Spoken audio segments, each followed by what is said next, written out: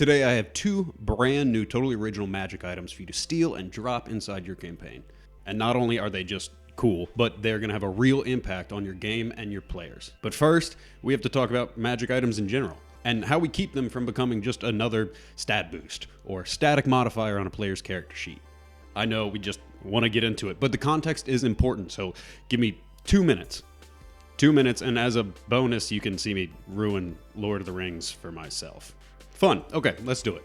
Hey guys, welcome back. I'm the D&D GC, and today we are talking magic items.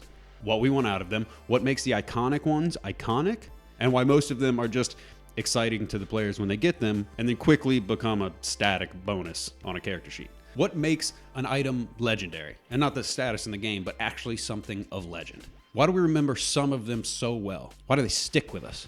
Well, and this might be a hot take, it's not the magic. Let's look at some of the big ones. Mjolnir? The Hammer of the Gods. So well known that my guess is your mother knows what it is. And it is, what? A dwarven thrower with a couple d6 of lightning damage attached to it? Is that what's made it so famous for thousands of years? Okay, what about Sting? Arguably the most famous sword from the most famous fantasy series in all of existence, and it glows when a very specific enemy is near? Okay, forget about Sting. What about the One Ring itself? I mean, the ring, the MacGuffin, the epitaph of the entire novel series. It can turn you invisible and give you kind of an eating disorder. He said your life was a sad story. What did you call me? Hold on, that actually sounds insane now that I say it out loud. It can't be right. Okay. Turns the wearer invisible and amplifies their inherent power, but it also controls the minds of those around it. Okay, but like not really. So the One Ring is literally a cursed ring of invisibility that gives you like advantage on charisma spells? Didn't Harry Potter get the invisibility cloak when he was like 14? What? Okay. Well, that kind of takes the wind out of the sails of the greatest fantasy novel of all time for me. But oddly enough, it reinforces this video. So, cool. All right, what's the point? Well, the point is that it's not actually the ability or the magic inherent to the item. It's like everything else. It's the story. It is the context. It is the NPCs that the item is associated with or the histories that it's involved in. It is the agency that it gives the characters, aka your players. What matters more? What do we remember more? This?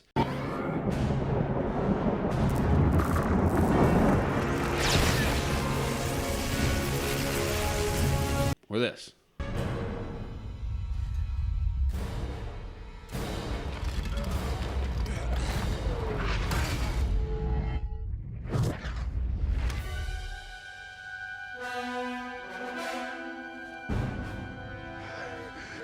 All right, these are my two best homebrewed magic items.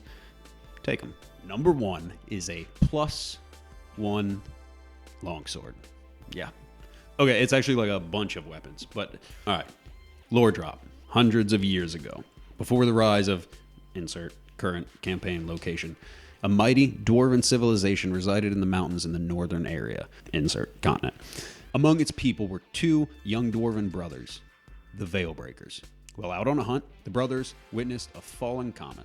After traveling to where it had landed, they discovered a large smoldering rock with strange properties. The material seemed superior to any known ore, as well as having an incredible potential to harness the arcane. With this material, the brothers spent years smithing 3 of the finest weapons known to man, and then presented them to their king. After seeing its power, the king named the Veilbreakers as his first smiths, and made them a royal house. He then began scouring the continent for any more of this material. No one seems to know how much, but some was found. Over the next several generations, many more of these weapons were crafted by the Veilbreakers, all of which mastercraft weapons and armor that have since been lost to time. How many? No one knows. But the most important one, the one you're going to introduce to your players, is a simple +1 longsword. Now, when identified or attuned to, or however you want to disclose this information to your players, they reveal its second, simple, but very important ability. When the blade is floated in water, the tip always points in the direction of the other nearest Veilbreaker smith. That's it. The sword's name, Trueberry, and it is a very specific compass. Now that sounds incredibly simple and a little underwhelming, to be honest, until you start to think about the implications and what you can do with it. Imagine the potential. Imagine the players learning that a certain NPC that they need to find has one of these weapons. Or one of your players unknowingly has one of these weapons. And the bad guys have true bearing.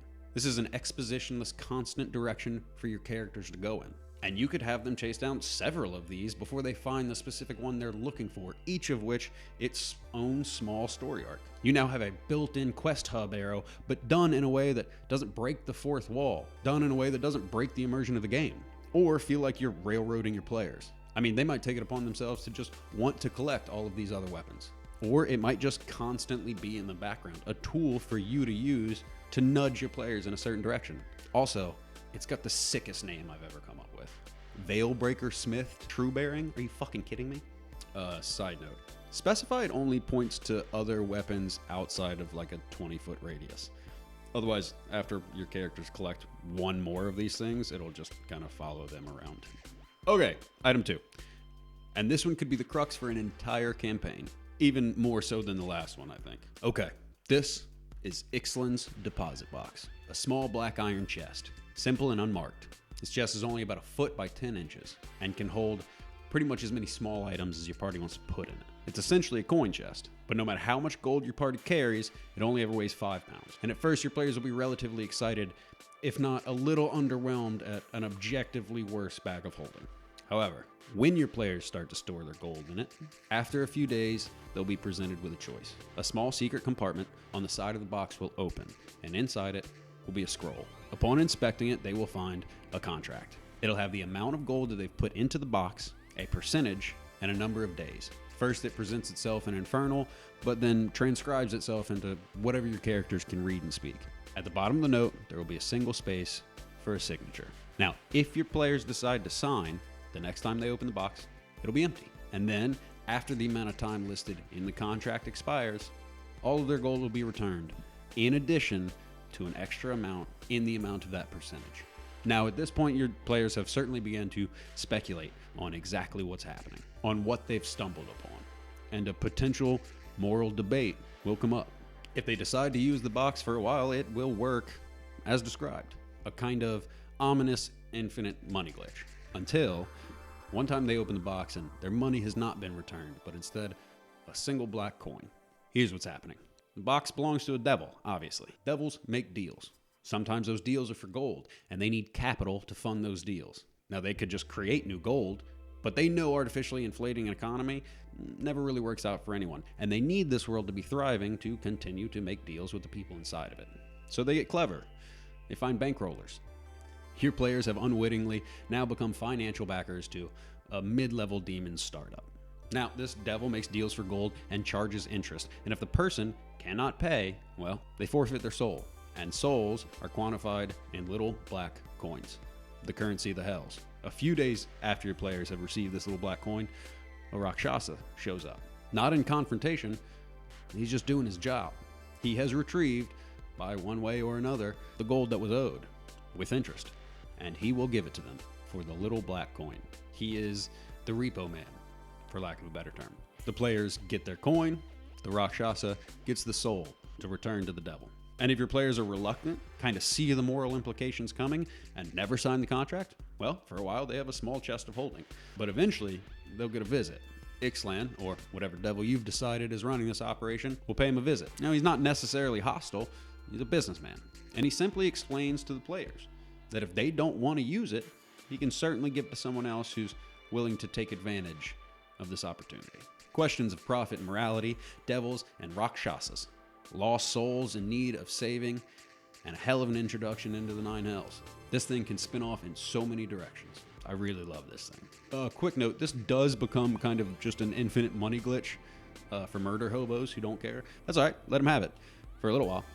Then you send a pack of paladins after them, or another adventuring party who have all lost someone because of some devil's deal gone wrong. You know, consequences. All right, that's it. Those are two of my favorites. And again, I think they have the potential to really impact the players, be remembered, and hell, even be the conceit for an entire campaign, or at least the short arc of one. All right, thanks for stopping by. The video I'm currently working on is almost an entire campaign setting, but this one came to mind, and I wanted to get it out to you. So I hope you liked it. Do me a favor, like, subscribe, all that stuff. And if you like the videos or the design style or just looking for a quick game, I am running games on Start Playing. So come check me out. Links in the bottom. All right, as always, let's get to work.